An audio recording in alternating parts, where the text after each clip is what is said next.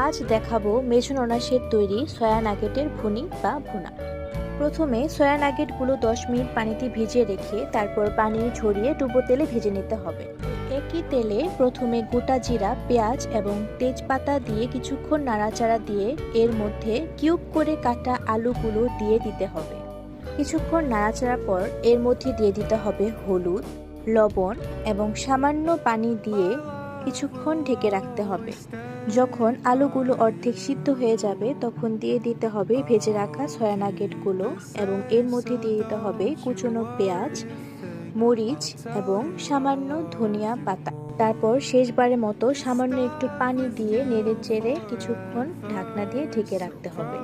যখন সম্পূর্ণ সিদ্ধ হয়ে যাবে তখনই তৈরি হয়ে যাবে সয়া নাগেটের ভুনি বা ভুনা।